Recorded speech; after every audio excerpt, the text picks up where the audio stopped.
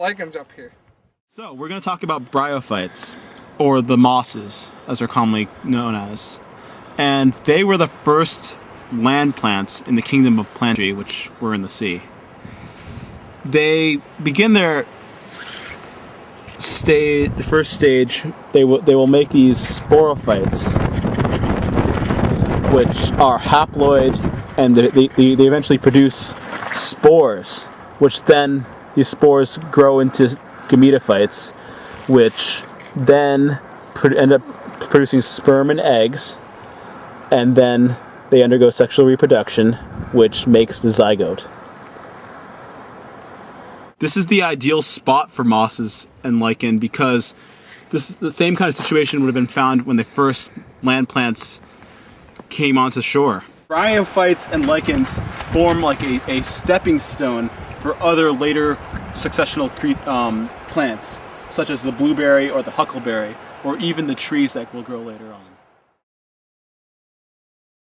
The blueberry, as you commonly know, which because they're blue and taste really good, have co-evolved with animals.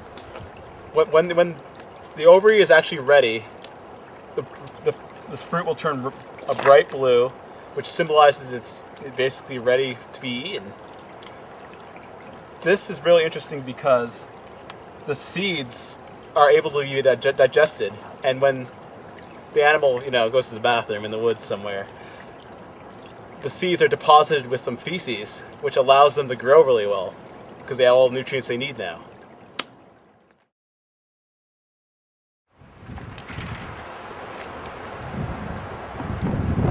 Hey everybody, so here we are on the topmost level now, and what we kind of all came here for, and what the whole purpose of really coming up to Gadway is going to be this beautiful tree right behind me. Its Latin name is Pinus banksiana, and its common name is called the jack pine. This tree is really, really unique. There's so much stuff to talk about, but we're going to focus on a few things here. The first thing that we want to focus on, as you saw in that whole 360 shot, was that they're all kind of dwarfed. That's basically not evolution, because that's just an adaptation that the plants overcame up here because of the soil being so thin. So basically what's going to happen is, instead of the tree growing really tall, it's gonna grow out. So underneath the snow and the lichens and the mosses that we talked about, the roots are growing really far apart to reach the outer limits to get water, as much water as they can. Also, some of the trees will grow a little bit girthier for how tall they are. So these trees up here are about 70 years old, and I love looking at them and learning about them because they're way older than I am, and they might even be older than Dr. Conrad, but we'll leave that up to him to tell you that. So one cool thing here is on the end of this, you can see the new female reproductive parts that will eventually grow into these pine cones further on down the line. Now jack pines will wind up only growing this tall and holding all their cones because they rely on fire for them to disperse their seeds.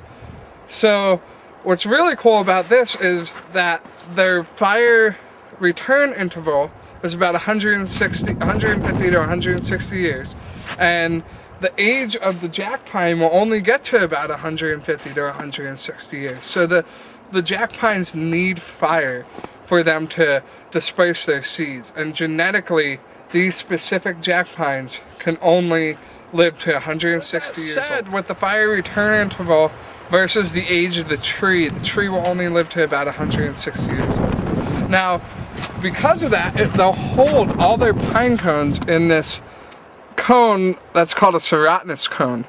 So basically there's a resin on the cone that holds the cone together and holds all the seeds. And as you look from the tip, which is going to be the new pine cones, all the way down the tree, you can see that it holds on to all of its seeds that it's reproduced in its lifetime.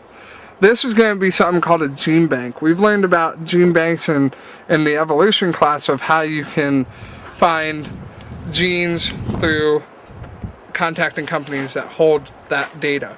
But this is an actual natural gene bank that forms, and it holds all the genetic code for this one tree. So all these pine cones will only be programmed to live, if they wind up dispersing, to live up to 160 years. And that's why you need fire up here. That it does this is because of the different alleles. The ones that remain closed are homozygous dominant, which is big S, big S. Next, we have trees that express heterozygous, like this tree right here. We have about half the cones are open, half the cones are closed. Next, we also have the homozygous recessive, which demonstrates that all the cones are open. These cones will not be as successful because they will open in normal heat, while the Pinus banksianus really need the mineral soil to grow. Thank you for listening to this video and going on a unique tour with us up here, because this place is just really cool. So we're going to go through a recap of all the subjects we brushed upon during this video. And so sandstone, completely barren. We have lichen. Lichens come through and will establish like a ground for everything. And then mosses grow on top of those. And then shrubs. And then we have the most coolest tree in the world growing on top of everything. And then, bam, fire happens, destroys everything. Breaks it down into mineral soil. And the cycle repeats itself. Yep. The cone, then the trees regrow.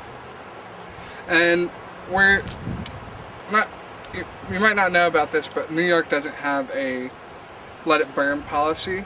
So even though this place is protected by the Nature Conservancy, you're still not allowed to let a fire naturally happen.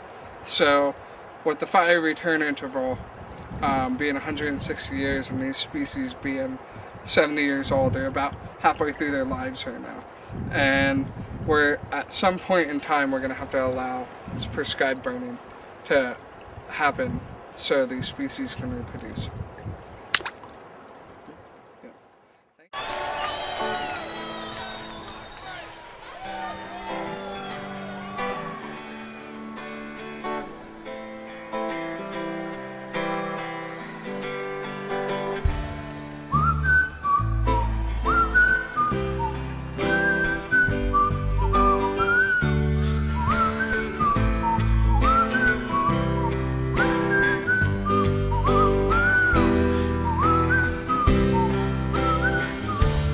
I'd like to live beneath the dirt,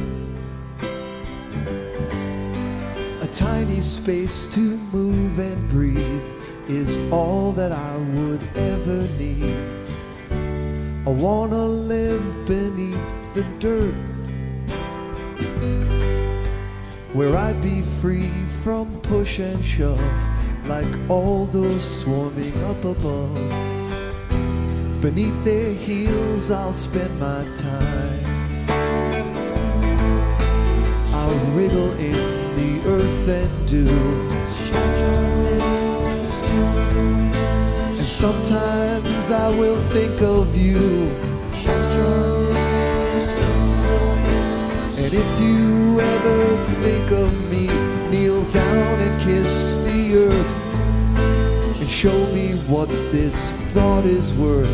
I'll never hear your voice again.